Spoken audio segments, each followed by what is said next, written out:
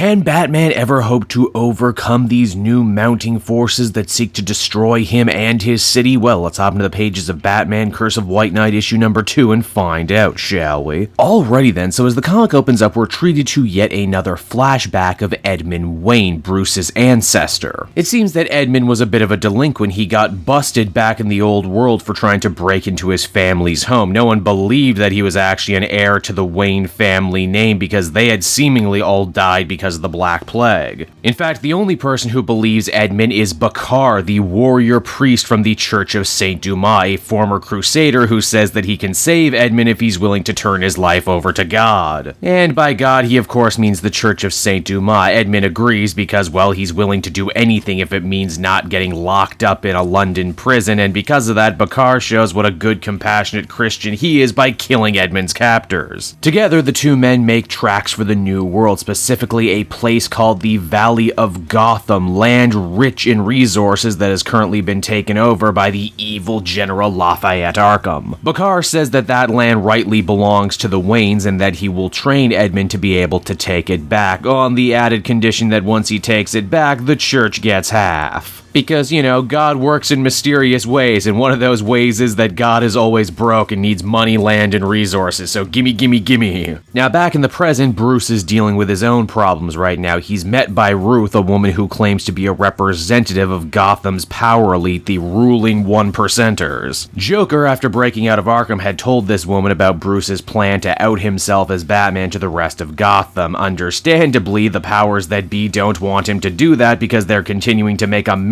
off the Batman Devastation Fund. Which, you know, no Batman means no fund, which, you know, means no good for them. Ruth is really cruel and devious too, saying that while Bruce might not care what happens to himself, he really hasn't thought it through how his coming out could affect everyone else in his life, from Dick and Barbara to Gordon, even just the people who work at his company. And that maybe he should reconsider all of this because just going to jail is going to seem like a vacation soon enough if Batman doesn't agree to play ball. Now, at the other end of the story, we have Jim Gordon seemingly about to make a play to run for Gotham City mayor. He invokes Jack Napier and all the good work that he's done, and that while Jim may not have liked him at first, he did see that he had some good ideas about maybe fixing all the woes of Gotham, and that the real source of crime and corruption isn't on the streets like he first assumed, it's in the ivory towers and halls of power. And for a moment there, it seems like Jimbo may actually have gotten the people on his side. That is, of course, until the Joker makes his appearance, claiming that how can the people of Gotham trust Gordon when he was so complicit in everything Batman did for years? In fact, Gordon's not even a good enough detective to know that his daughter has been Batgirl this whole time. This is really gonna hurt Gordon's political aspirations, but on the upside, it did allow the good guys to recapture the Joker. Later on that same night, Gordon gets into a major argument with both his daughter and Batman. At first, Gordon was the biggest booster of Batman revealing himself to the city, but now perhaps he's waited too long, and because of that, there's already too much collateral damage. Ruining Gordon, though, was just part one of a much bigger plan for Ruth and her master. She's also recruited John Paul Valley, now fully calling himself Azrael, to fill the void left behind by Batman and become a new, corporately backed superhero. Why, the Gotham elites are even bankrolling Azrael and his buddies, giving them brand new high-tech weapons and personnel carriers to wage their own personal war against Batman. A war that John Paul and his people are very much treating like a religious crusade to reclaim the holy lands that were stolen from the Church of St.Dumas by the Wayne family. And their first step to doing that is taking care of Batman in his inner sanctum, the Batcave. With the help of Mad Hatter returning from the original Batman, White Knight, Azrael and his forces hack the Batcomputer, turn Batman's own many weapons against him before setting it all to self-destruct and riding off into the night. Now, if only they had some knife fingers. And so that was Batman Curse of White Knight issue number 2, everybody, and as I hoped, this second issue really turns up the heat on this storyline. Sean Gordon Murphy had said previously that Curse of White Knight would be less political and less topical than the original White Knight was, but you know what, I have to disagree. I think this one got mighty topical in places. If the first White Knight story was all about our heroes going out of their way to expose a conspiracy involving the rich and powerful, then Curse of White Knight is all about what those rich and powerful people will do to continue being being rich and powerful. If that means trying to torpedo the political aspirations of someone like Gordon, actively trying to make the world better by shaming him, or distracting the public with tabloidy news about his daughter, they'll do it. And if that's not enough, they'll also empower religious fundamentalists to quite literally carry their guns to battle for them. Overall, I'd give this one an 8.5 out of 10. Some really interesting stuff to chew on.